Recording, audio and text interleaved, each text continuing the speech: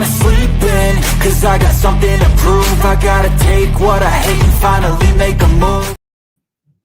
What's going on, everybody? Welcome to NFL The Betting Blitz, Week 13. It is Sunday morning, November the 30th, 2025, the final Sunday in November. Feels like this month just started. Feels like Mike and I haven't been live on here in a few weeks because we haven't. We've been pre-recording. We were just saying before the show, we are so excited to be back with the live chat on these Sunday mornings. Great looking card today. We're coming off Thanksgiving. All the dogs covered, Mike. You love dogs. You must have cashed. Let's cash today. What's going on, brother? You know, I tell you what, it was the first time we've seen that. They said in Thanksgiving history that level, that number of dogs have come through. In fact, all of them on Thanksgiving. Now, they've only added that third game as of recent, but, in the grand scheme of things, pretty incredible to see that situation. Then it rolled on to Friday. My Eagles took that big L, and it stung, but we're going to move forward. We're going to move on. We're going to talk about how that may affect the games today, because in a dog-rich environment, the public's going to try to come back and fire, and I think we have some unique scenarios to try to curve off some of those books. So let's get some money, Shark. It's good to be back with you. Absolutely. And if you guys are in the chat, as I always say, we're here 11:05 Eastern, 8 o'clock on the West Coast. Get your coffee. Come hang out with us. The fastest 50 to 60 minutes of NFL on a Sunday, and let's talk some ball. First game on the card, we are going to Cleveland, the Dog Pound, otherwise known as Huntington Bank Stadium. I love all these sponsorships. They change every year. Shout to Huntington Bank, but shout to the Browns. I think this is a Browns spot. You're looking at a really tough travel spot for the Niners this afternoon. You're looking at weather.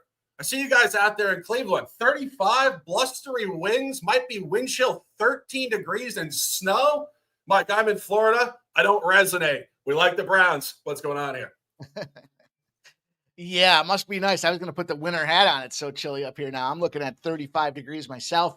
And let me tell you, it's every bit of what it feels like, especially the first couple times of the year. It's got a little sting to it. But, you and I talked a little bit about this backstage, and we talked a little bit about some of the profile spots. Let me add a caveat to it. You guys know I'm a big trend bettor. I like to look at the cash flow, the line movement, all that stuff kind of factors together for me when it comes down to how it is I want to get paid. And, first and foremost, you have to recognize, of course, the new up-and-coming superstar of the NFL. The guy's done nothing but Shedeur Sanders.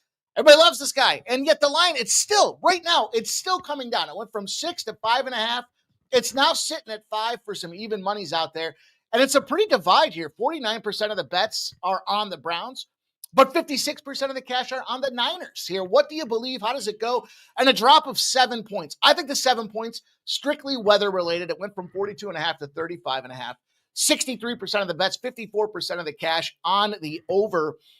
And look, the San Francisco 49ers, we talked about some of this. Maybe you'll bring this up here in a minute, but 0-11 after a win, and they had more than 3.8 yards per rush. In fact, it's not just that they're 0-11 against the spread. They're 2-9 straight up in these spots. So, to me, that kind of says that tough, little tricky, the books are going to overinflate their previous game because they were just so goddamn dominant.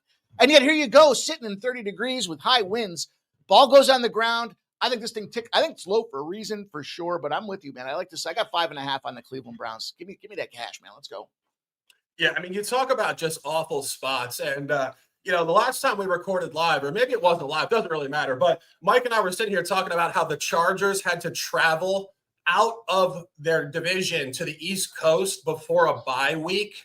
This is exactly what you're getting with the Niners tonight, or this afternoon, I should say. This is a brutal spot for the Niners. They're coming off of a primetime game Monday night against Carolina, which, if we're being honest, they looked awful. And let's talk about Brock Purdy for a second.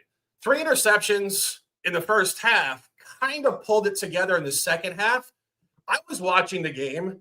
He could have thrown 5, 6, or 7 interceptions in the first half. He looked like a high school quarterback who wasn't used to the speed of the game. Just the patterns the defense were playing in the scheme. He looked like a complete fish out of water. Point being, totally unimpressive cover. I don't know how San Francisco covered that game. Now 2-0 ATS since Purdy came back, covered against Arizona the previous week against Brissett. I'm unimpressed. Now you got to travel short week outdoors to where last year, Purdy, who was playing better ball last year, was 0-4 ATS, 0-2 ATS at the AFC. And speaking of weather, only time we had a snow game road for the Niners last year was at Buffalo. Buffalo hammered down on San Francisco 35-10, 3 fumbles for the Niners. The Niners are just not used to this weather. It's nice in California. It's not 35. It's not windy. It's not snowy. And this defense, this Cleveland defense this year is propping up this team. The Browns are 4-0 ATS at home. 2 noteworthy covers as a dog. They covered plus 7.5 against the Ravens. They beat the Packers outright early season, 13-10. Final point on this. Purdy did play a road game at Cleveland 2 years ago in October of 2023. Took an outright loss to P.J. Walker. Mike, you're talking about Shedeur Sanders. P.J. Walker, who? I don't know, but it was the defense. Purdy looked awful in that game. 12 for 27, 125 yards, 1 TD, 1 pick. It's going to be a tight game. Take it at plus 5.5. And let's cash. Next game on the card, we got 2 consecutive divisional games here at 1 o'clock, both AFC South. Interesting the scheduling. Not entirely sure why, but here we are in week 13. Jags-Titans. Jags on the road. We told you guys this week after week, going back about a month, 4 consecutive home games for the Titans. No Europe, no travel, a bye week, but the Titans have not played a road game in over a month. Because of that, as we suggested, they are 3-0 against the spread, last 3, all at home. I think this is where it comes to an end. I think they're a little too clean, a little too hot, and now they finally have to pack their bags and go on the road next week. It's going to be an interesting spot. Mike, have you gotten anywhere in this game? Yeah, listen, I'm looking at this spot and I'm thinking to myself, we're going to have to go head to head right off the gate on the card here, because as bad as it is, as much as it stinks, as much as this Titans team 1-10, they're winless at home. And from what I've seen out of this Jaguars team, unimpressive. This goes all the way. I mean, look at first and foremost, you talk about the scheduling spot, right? And yeah, it's a ton of Titans home games, but look at the Jags. Vegas on the road, Houston on the road, Chargers. I think that was an international game. And then Arizona. So even though it looks like they've had, they're 1-4 in their last 5 games at home, or one of their last 5 games has been at home, I guess is the proper way to state that. Granted, they're picking up some wins, but we talked about that Charger spot being a down spot for the Chargers, hammer the Jags. The Arizona spot, the Vegas situation out there. I mean, look, fast forward 2 weeks in that Vegas win, but non-cover. They fired the offensive coordinator and Chip Kelly out there this past week. We'll talk about that here in a few minutes. But Titans, on the other hand, not much movement in the lines of roster. At some point, Tajay Spears is going to have to come back to life. Everybody keeps talking about this guy. Calvin Ridley's out. I'm surprised he didn't get moved. But, you did weaken a substantial part of this Jaguars team with Travis Hunter getting knocked out of the game. So I think Cam Ward can find a way. This is probably the last shot for them to win this season. And that's the play for me, is looking at it. Now, look, they are 0-10 when they're playing a team that's got less than a week's rest after covering the spread by 3 or more points. But I'm just not going to buy it. I think this is a spot where we can fade the Jags in a high situation, recognizing it's a bad scheduling spot here. Maybe we'll agree to disagree. It probably won't be the only one on the card, but I think we do have ourselves look, they were 12.5 points dogs. These Titans were, these Jaguars were, let me restart that. These Titans were, my screen's flipping back and forth, and they found a way to cover. So you're right. Can Cinderella can this turn into a pumpkin? It very well could, but close your nose, take the 6, feel good about the Titans. Wrong team favorite. See, I think I like that. I like that reference. I think Cinderella already became a pumpkin last week, and now we're in the credits. I think it's done.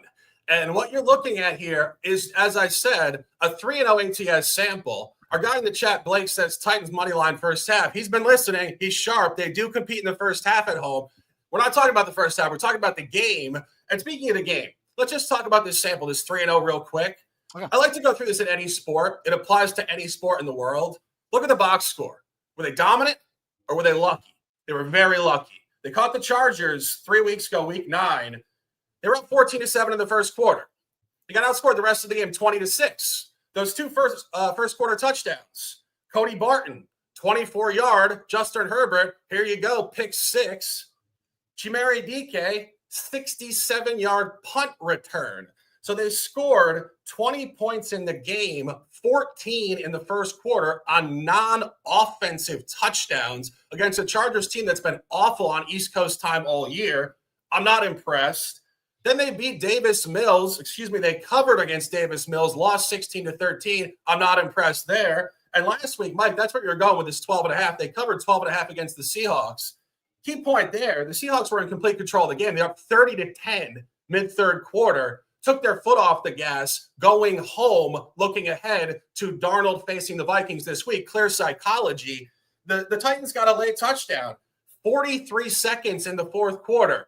Total garbage. DK, again, 1-yard pass from Cam Ward. Point being, 3-0 ATS, backdoors, backup quarterbacks, and special teams and defensive touchdowns. Kind of reminds me of what we talked about with the Steelers all year.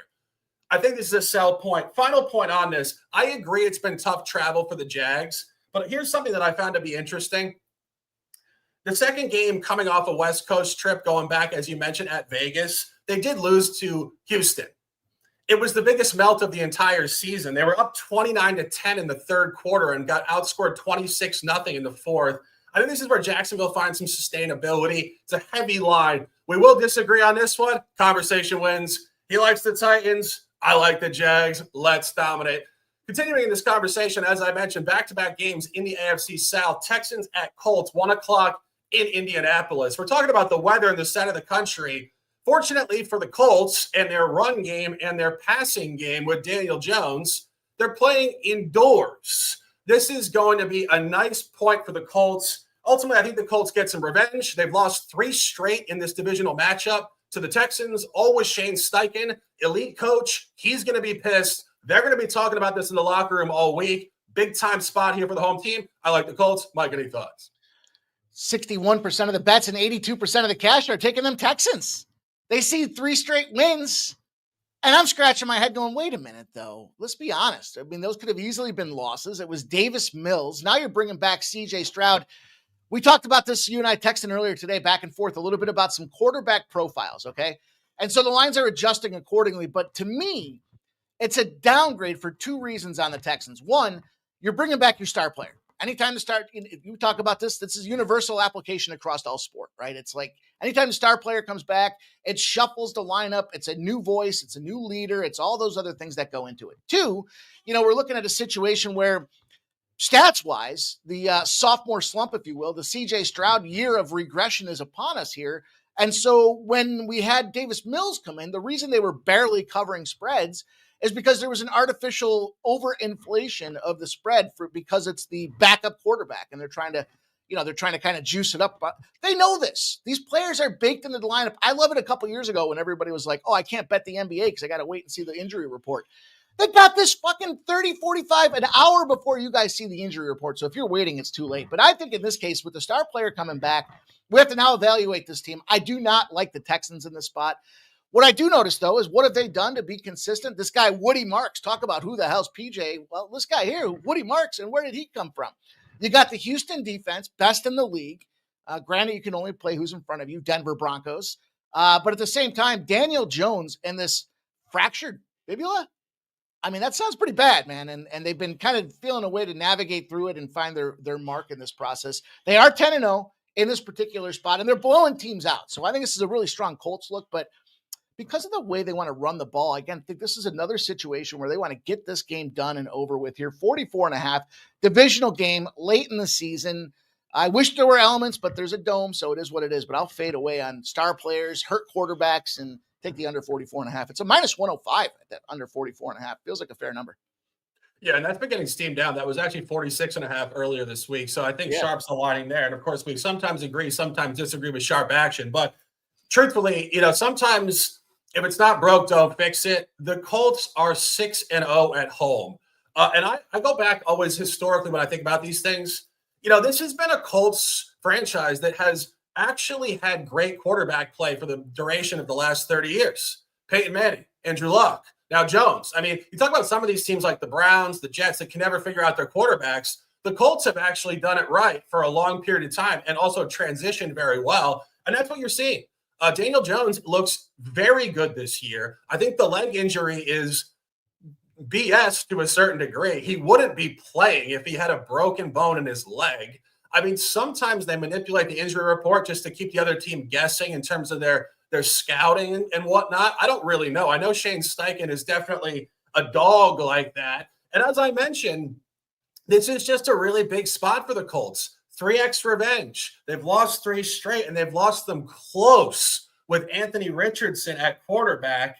2-point loss, 4-point loss, 3. So if Richardson was right there, Jones won't be. And this is really a strong line for the Colts. Final point on this, you mentioned it. We don't really like Stroud coming back here at all. Stroud has actually struggled after a very nice rookie campaign. He's kind of regressed. And I think part of it is the league adjusting to what he does. He is actually 0-3 ATS this year as a road dog. Didn't cover a very similar line, +3 at the Rams. Didn't cover a similar line, +2.5 at Seattle. And only time as a road underdog in the division, did lose to Jacksonville in North Florida, 17-10. This is all over the Colts. Take the Colts, and let's catch. Next game on the card, 1 o'clock in Miami. Saints at Dolphins. This is pretty much one of those games where you just hold your nose, take a side, and kind of move on. However, Mike and I have decided we're going to make this game into a big competition. Mike is on his boy Tyler's show yet again, and I think maybe Miami covers. Mike, Tyler's show me the dough. What's going on here? All right, so we got huge money coming in on this Dolphin spot. This is a red flag when you're trying to read the lines, you guys. You got a -6 look ahead. It's now -5.5. You got 70% of the bets. So the public kind of makes up that percentage of bets, right? All the tickets being written, the $5 teaser, the $5 parlay, the prop parlay that's as long as you're on. Everything's coming in. It's all the soup coming in on this Dolphins team. And then to boot, 75% of the cash. Tend to look at the cash as maybe the sharper, better index coming in on this Dolphins. And yet the line went from 6 to 5.5. That should give you some pause. 49,000 tickets. It's not like there's only 300 tickets and they're wondering what the hell's going on. Now, you look at this thing and you say, okay, well, the Dolphins, the Saints stink. You know, who the hell's this Poe guy? And look, the Dolphins, who have they beaten? They beat Kirk Cousins. Okay, the Falcons. Drake London was coming back from injury. They weren't trying to go overexpose him. They take down the Commanders.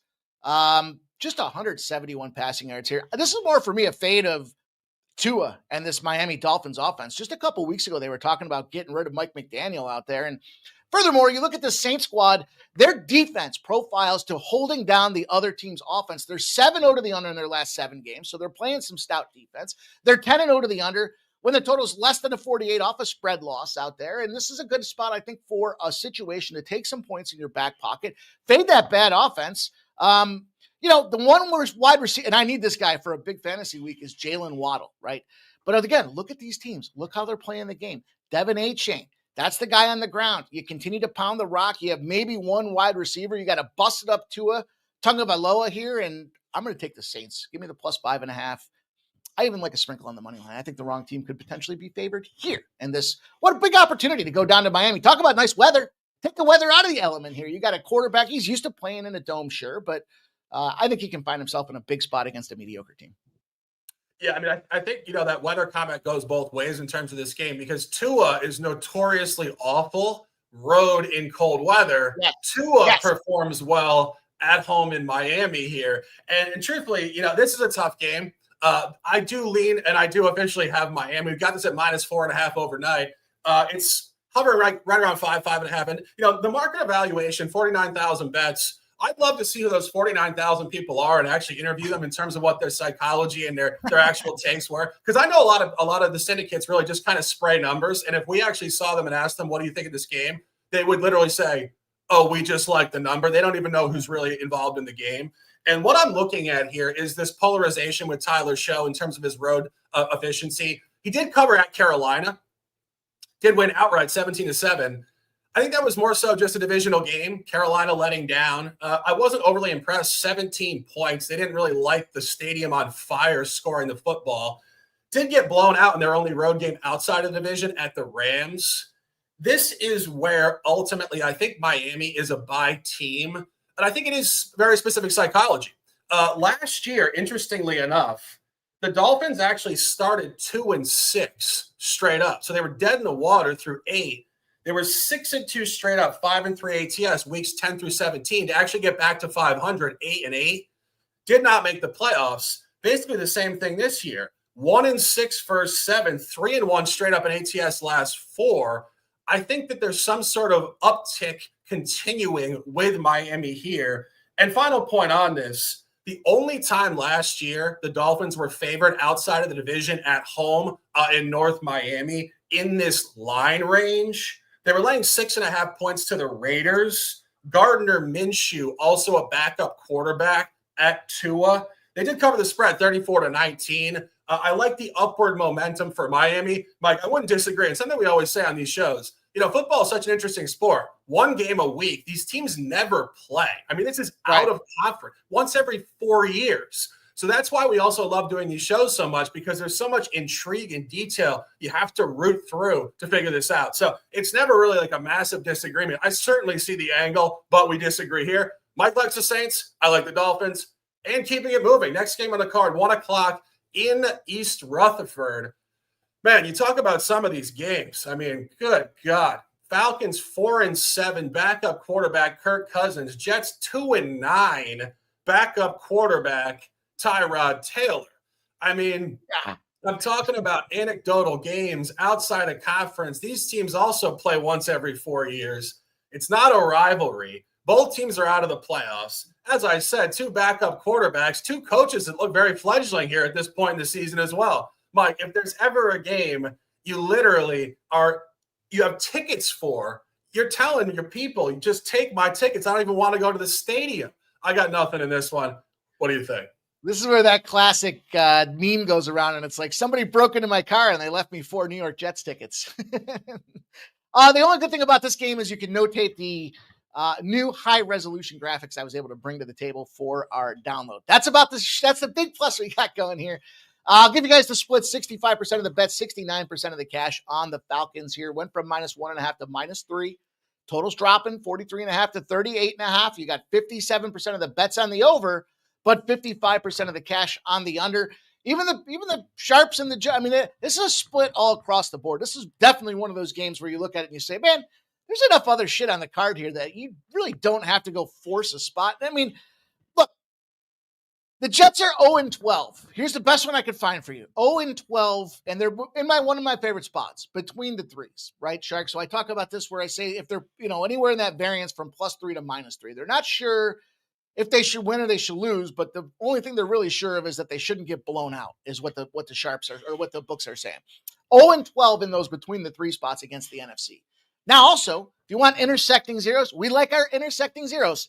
Road favorites. This is the Falcons against struggling teams. That are the Jets. Road favorites in those spots are favorites for a reason. They are 8-0. So you could conclude with those intersecting zeros that they're intersecting on a Falcons buy spot, but you're a sick degenerate if you're playing this game.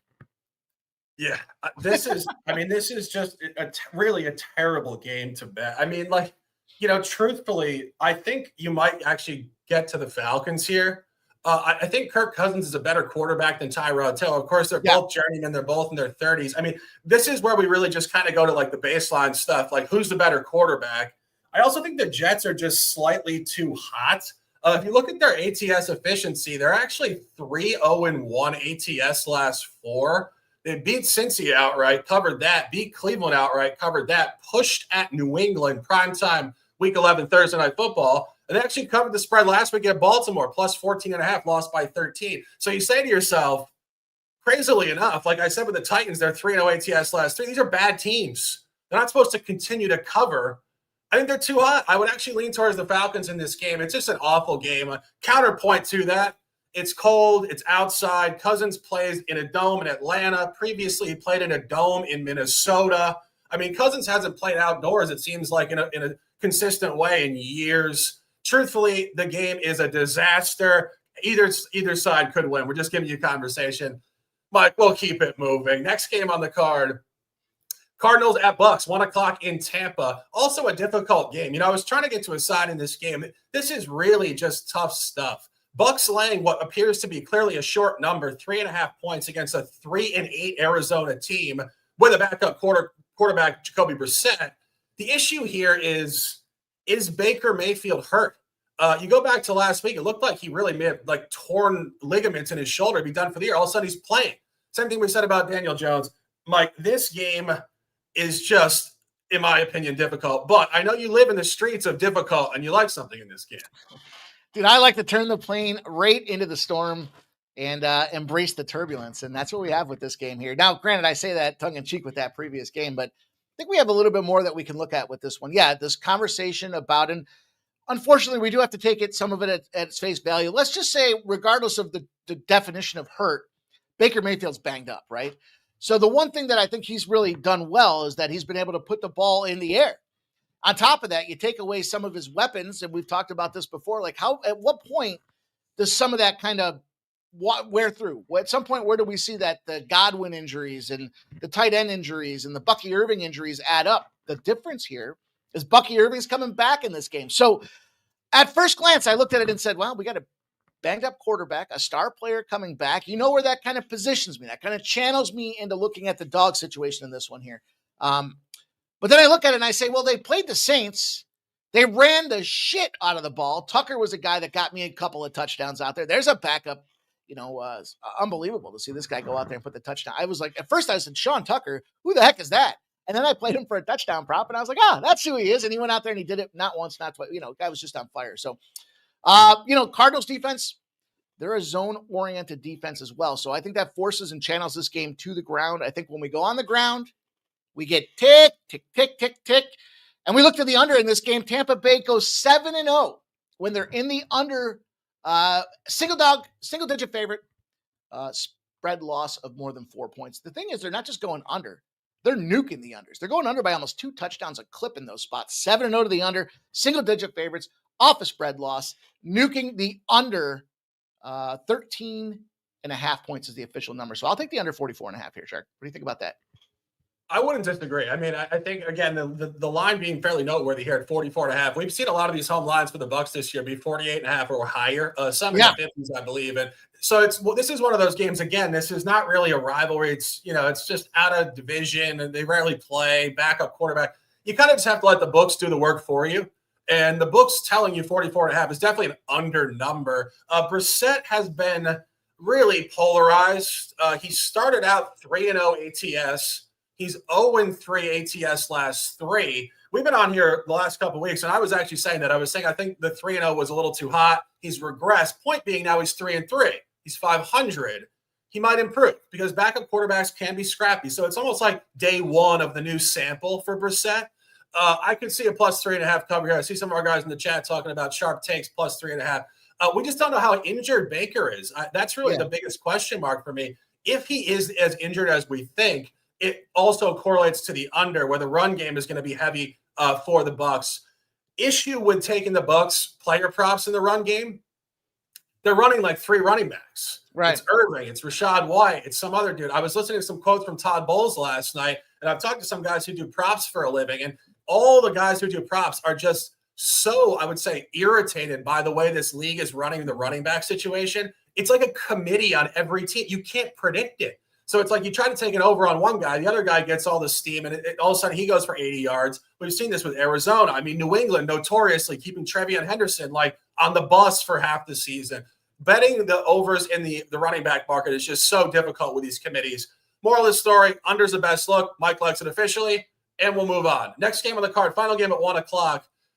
Great game to bet here, I think. Rams on the road at Carolina. Bank of America Stadium in Charlotte, minus 11.5, a big number. Tough spot for the Rams. I think this is really your contrarian special here. The Rams are in a tough spot. Carolina has covered these spots. Mike, we were talking about it before the show. We have bet Carolina correctly a lot recently. I think this could be their spot. What do you think? Yeah, one thing I'll comment on with that regards to the prop betting, 2 things, I guess, really. One, there's a ton of people that get upset when these books refund the players that get hurt in the first quarter and first half spots.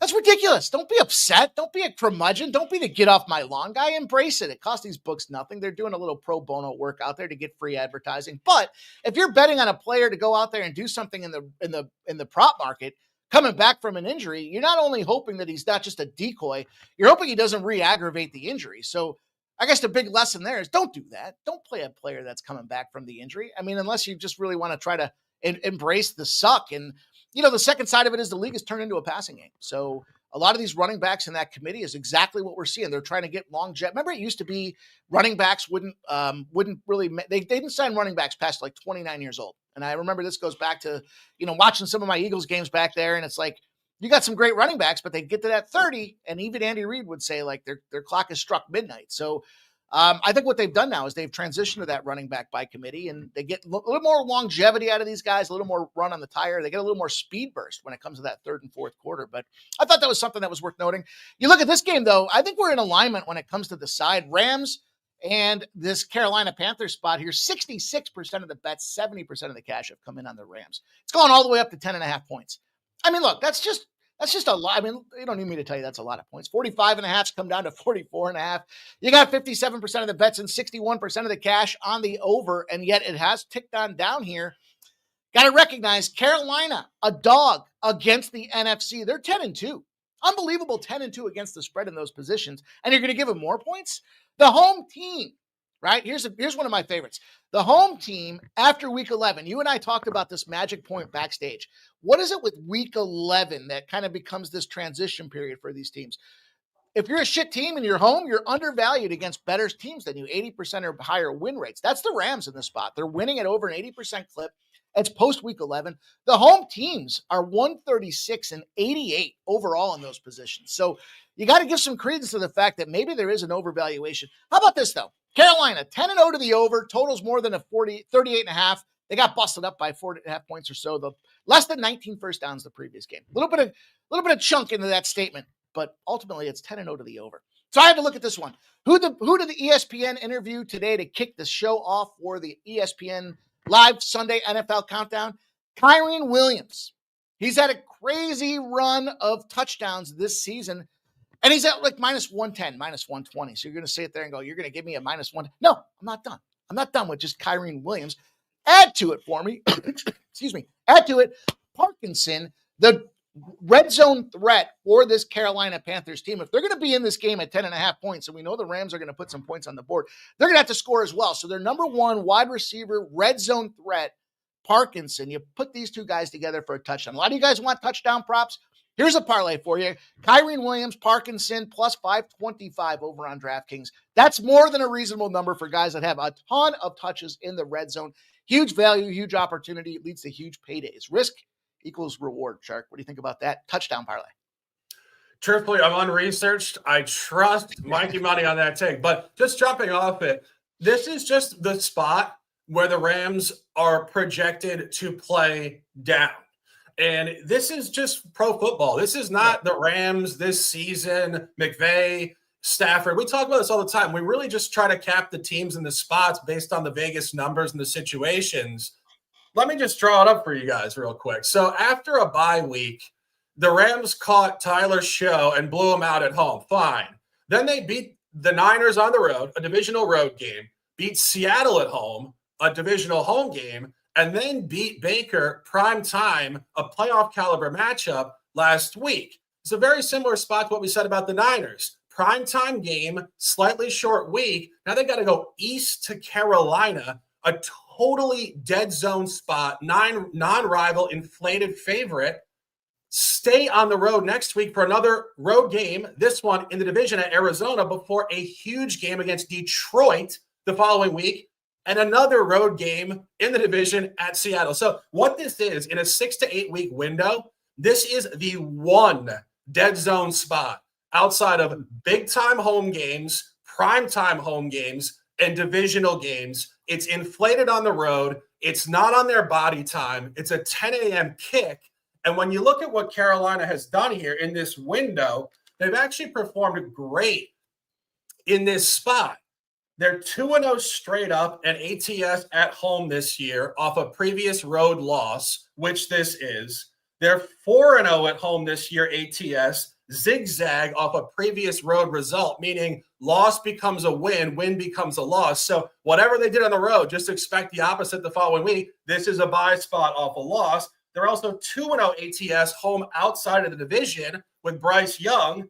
And Bryce Young is 7-2 ATS at home since week 9 last year when he became the quarterback. Final point on this, very similar time of the year last year, right around Thanksgiving, November the 24th, 2024, Kansas City came into this stadium out of the division, funky time, trap spot, laid the same number, minus 11.5. Kansas City won the game 30-27. It was an over, and Carolina covered. Take Carolina at plus 11.5, and let's cash. 35 minutes of the 1 o'clocks, and we got a small break.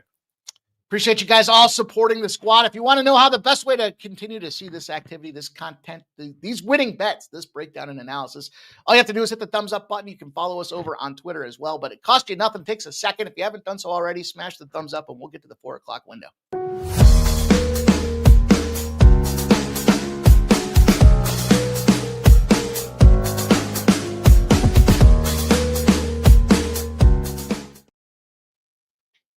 4 o'clock slate. We got 3 games, 4:05 in Seattle, Minnesota at Seattle. As we said, Seattle last week played a road game. They were in total control and really kind of let down, looking ahead probably to this spot. Why? This is Sam Darnold versus his old team. This is a blowout line all of a sudden because you're getting a third-string quarterback for the Vikings. Max Brosmer. I can't say I was familiar. Minnesota last year, not the Vikings, Golden Gophers, rookie coming into the league, first career start. Mike, truthfully, this is a funeral spot, I think, but seems like the Sharps are buying low on Max Brosmer. I mean, can you make it make sense, please? All right, so this is, you talked about it earlier. You did a great job teeing it up, and sometimes they just buy the numbers. I talk about it all the time where you look at these lines and they're jumping in and they're like, well, here's where look at the numbers, 46% of the bets, but 52% of the cash. That gives you a little bit of a differential on the Minnesota Vikings. Plus 1.5. Right, this is look ahead. So this is like before last week's results. So go kind of rewind it 2 weeks. And who do we have? We had J.J. McCarthy coming back. That was the big talk of the town. Well, I don't know if you guys are watching Vikings games or not, but J.J. McCarthy stinks. And now you're adding to it a 12-pack. You're giving me 11 more points, 10.5 more points against a guy that stinks.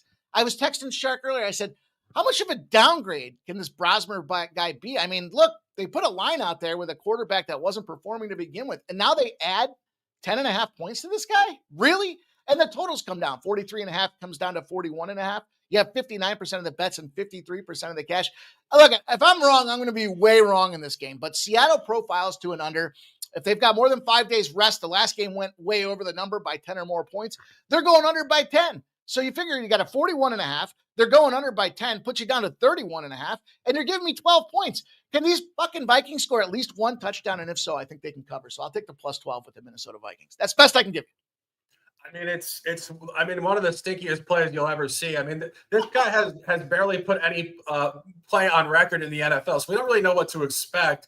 I was saying to Mike before, this reminds me of Tyler Show opening his career, road start out of the division at the Rams, blowout.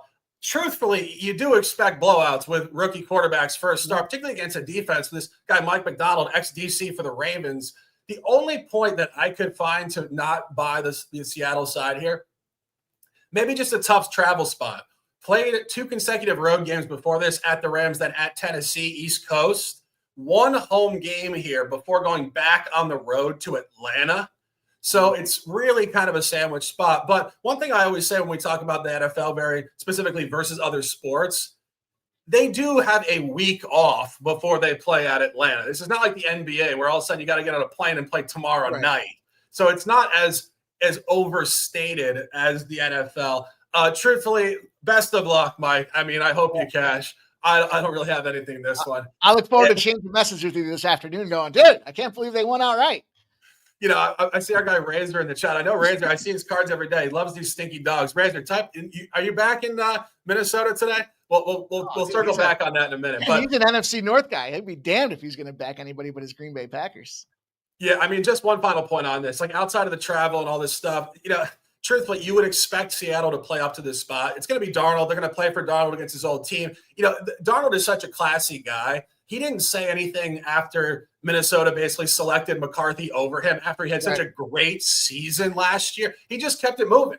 So very classy, but we'll say this, behind the scenes, you know, there's a lot of conversation. Like I brought Minnesota to the playoffs. We looked great and they took a rookie who looks like trash over me just because they had bias to their own draft pick. And Mike, that's what it was. It's these GMs. They draft the guy top 5. They can't get out of their own way, their biases. Like Darnold was clearly a better quarterback.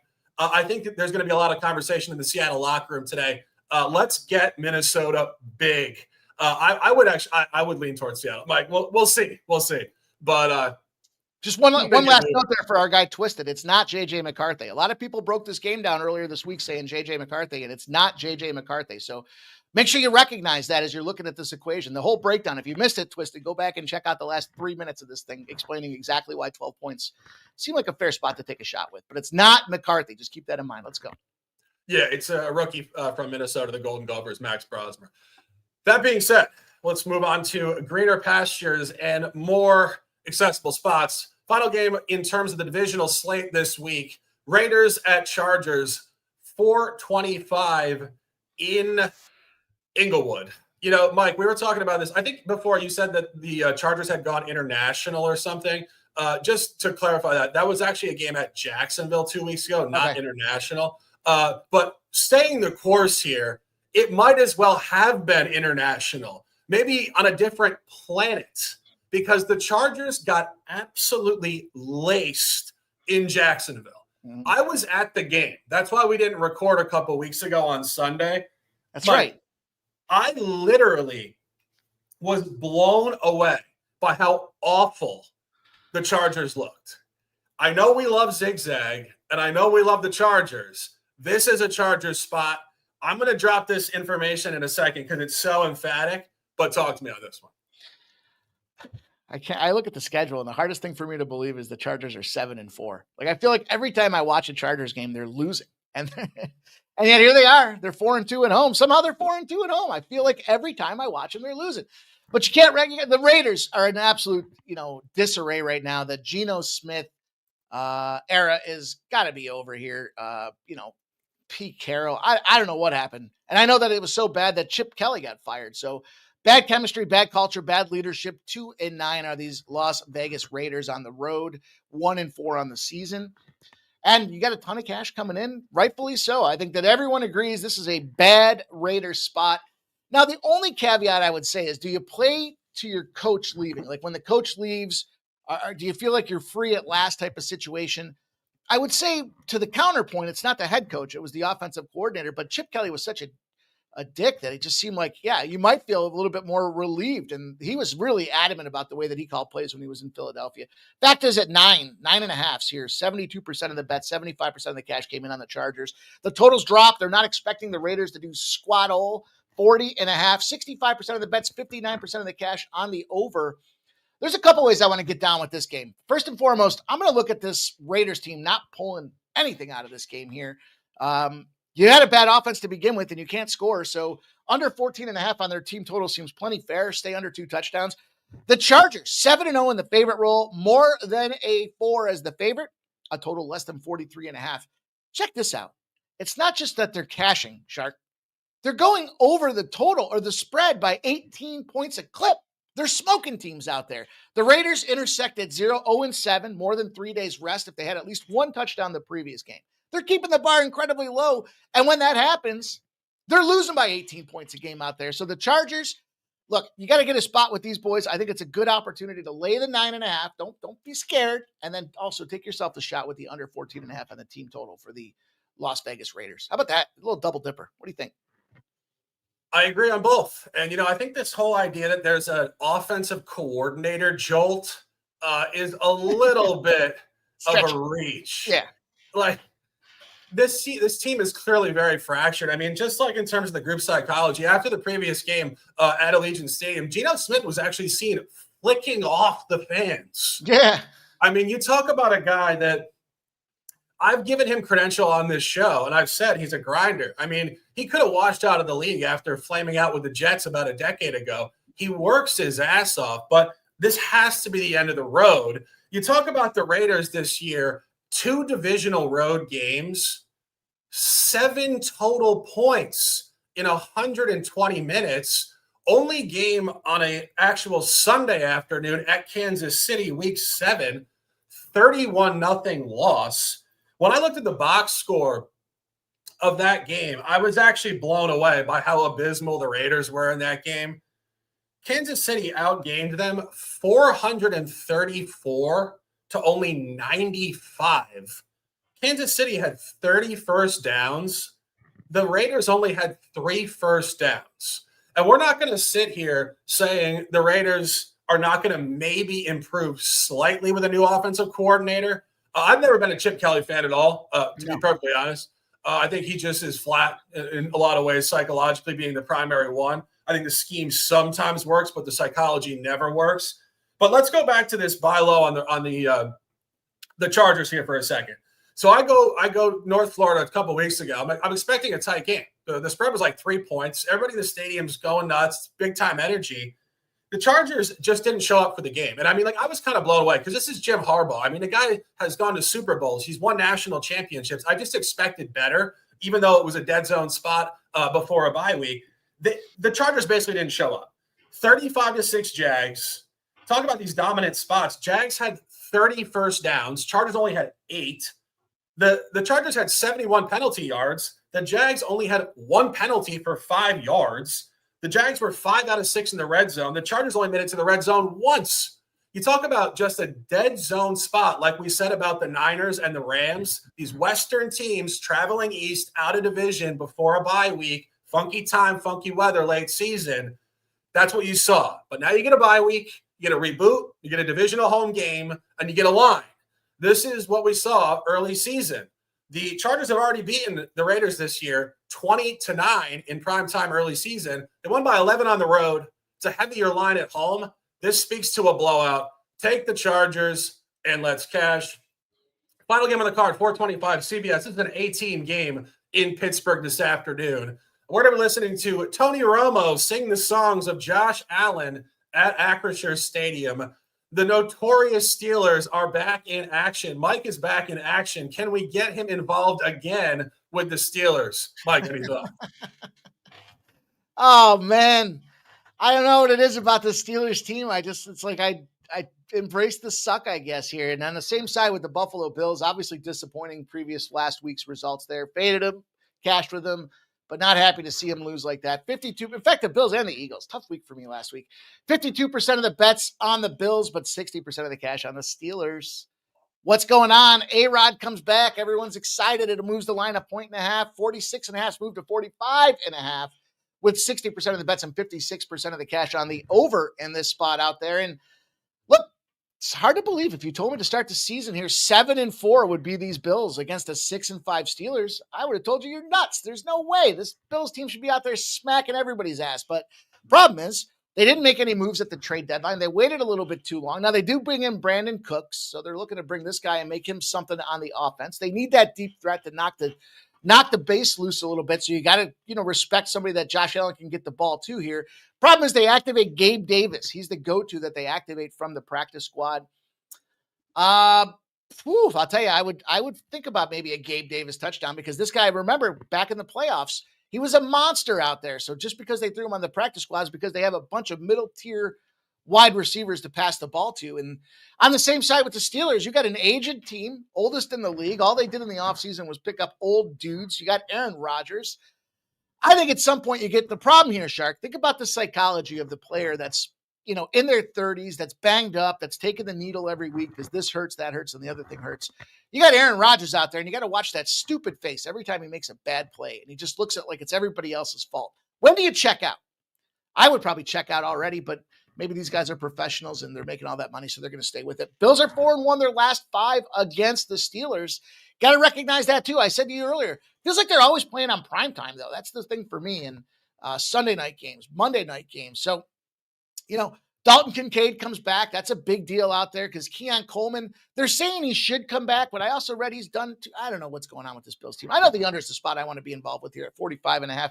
7-0 are the Bills to the under.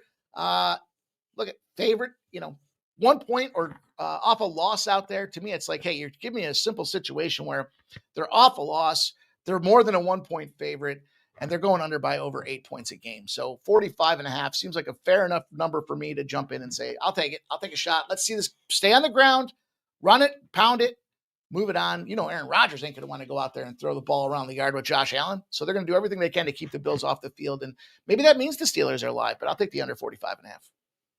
Yeah, I wouldn't disagree. And Mike, I do not think the Steelers are live. I've been waiting all show to bring this hat out on a suddenly not so casual All right.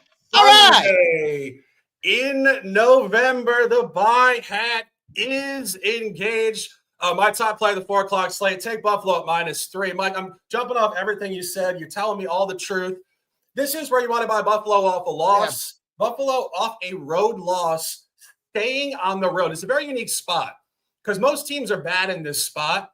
If they lost a road game in the last 2 years and stay on the road, they're 2-0-1 ATS. So they perform great in this spot. Not only that, we talk about ultra spot specifics. Last year, week 5, Buffalo lost a game at Houston 23-20. What did they just do? They just lost a game at Houston 23-19, almost the exact same score. What does that tell you? There's a pattern. DeMeco Ryans, Energy Stadium. Josh Allen is not good there. What did he do after that game last year? Stayed on the road, went to the Jets, covered the spread, -1.5, 23-20. Who was the quarterback for the Jets last year? Aaron Rodgers. Oh, boy. It all sews together so beautifully. And this is where you want to fade the Steelers. The Steelers have gotten outgained in all 7 out-of-division games this year, started by Aaron Rodgers. They're coming off a road loss at Chicago. They have one home game against an angry Buffalo team, and they got to go right back on the road for a huge divisional game next week at Baltimore. This is all over the Bills. I love the Bills. I've backed them for years. Josh Allen, show me something today. Take -3. And let's cash. Final game on the card, 8:20 in Washington, D.C. Broncos on the road at Commanders. You talk about two teams going in opposite directions. 9-2 Broncos, 3-8 Commanders. This is a tough game for numerous reasons. 1, out of conference. These teams barely ever play. 2, backup quarterback Commanders, Marcus Mariota.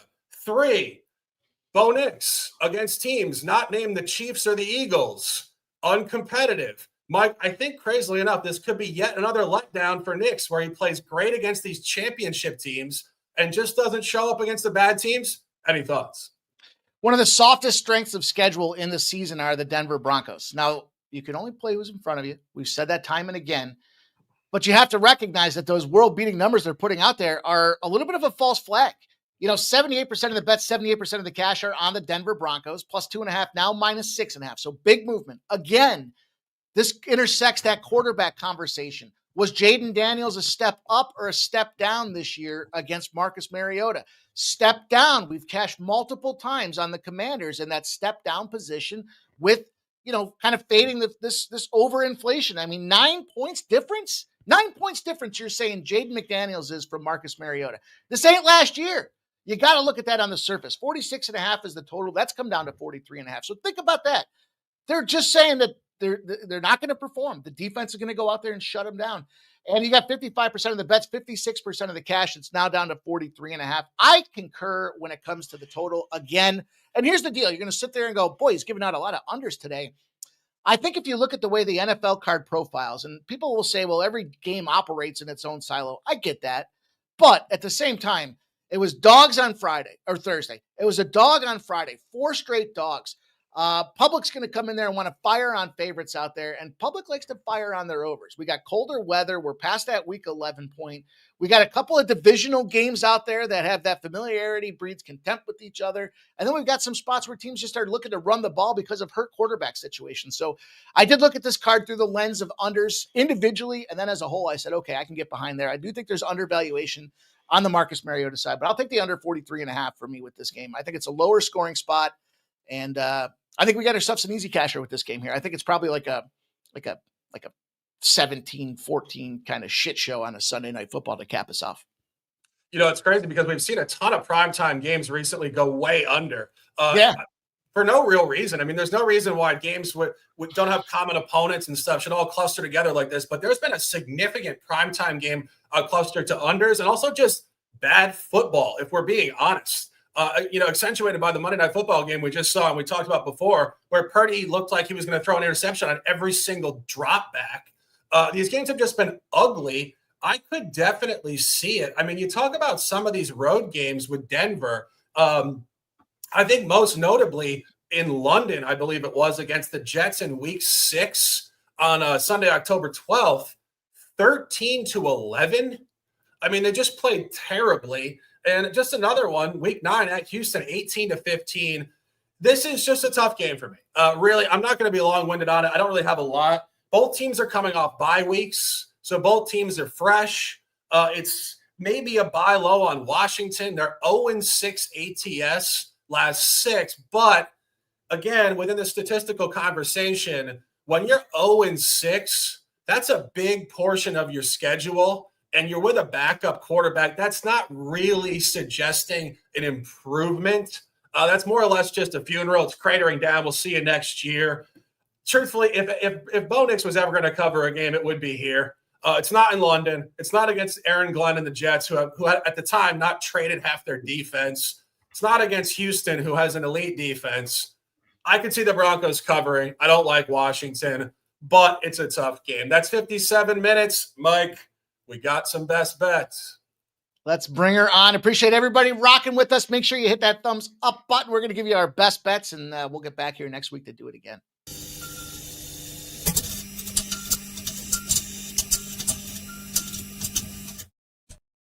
Sundays are for the sharps. It is NFL, the Betting Blitz. Mike, it is week 13. What are your best bets? Fire away, man. We've had a really great run with these best bets. You guys know, if you've been watching us the last couple of weeks on the show, that we're giving you some of our gold. And I like it here today. I'm going to go to some of these unders. I'm going to lean on the Chargers. First of all, I like that 9.5. I think that's an absolute hammer spot on the card. I like the Pittsburgh under 45.5. I like the Washington Sunday night special under 43.5. And boy, I'm going to do it. I'm going to have to go head to head. I'm going to take the Titans +6. Ugly as it may be. Fine with me. That I'm going to go with 4 top plays here, and that will not be one of my top plays. My top play is Cleveland +5.5, Jacksonville, Tennessee over 41.5. I think we're going to see a track meet there. You've seen these Jags just play high-scoring games on the road. As I mentioned, last time they played a divisional road game, coming off a West Coast game out of division, extreme over at Houston, and that's a Houston team with a good defense. Take the over Jags at Tennessee. Indianapolis -3. And Buffalo -3. Mike, did we have any overlaps there or no? We've got a couple games that became real big all of a sudden. You know, that Bills Steelers game where I'm on the side, or I'm on the total, you're on the side. Jacksonville, you're on the total, I'm on the side. So we got a couple fun spots in there, but we do have some games that you and I both concur with. Cleveland was one of them. We're both on the same page there. We both kind of got to that Tampa Bay under. And I think that's about it for this card here. But that was a fun one, man. It was a tough game, tough card to break down, given the fact that they spread games out through a holiday weekend. And we got it done, man. My guy, in an hour, the best 60 minutes you can find here on YouTube and Twitter. Yeah, without question. I see you guys in the chat. As I mentioned every week, we know we got hundreds, thousands of people watching. We don't expect all you guys to be in the chat, hanging out with us, giving us content as we give you guys content. But we see you. We appreciate you guys immensely. Mike, give them some final words, and I'll close it out. Check us out, you guys, here at the Sports Money Network at YouTube. If you're watching us on Twitter, migrate on over. If you're checking us out on YouTube, make sure you're following my guy, Sharky. And we're going to have a lot of fun here as this NFL season's. We're just getting going, man. We still got tons. We got 5 more plus playoffs. You guys wait and get ready for it. We're going to continue to roll out more best betting content for you guys, giving you our thoughts, our analysis, all the action that we want to get to. And we're giving you guys a bunch of best bets to go with that. So not just arbitrary. I mean, these aren't just artificial. We're actually betting with our real money on these spots that we share with you guys as our best bets. So make sure you take advantage and show the support. Appreciate everybody. Thank you, Shark. Appreciate you, man. Absolutely a pleasure as always. It's just the afternoon on the East Coast, guys. Let's dominate this card. Always bet responsibly. Make sure your bankroll is intact. There is variance in pro football. It's one day a week. It's any given Sunday. It is an opportunity to dominate. For Mike, I am the Shark. Cash your tickets, be responsible, and as always, stay fast, stay strong, stay disciplined. and let's dominate.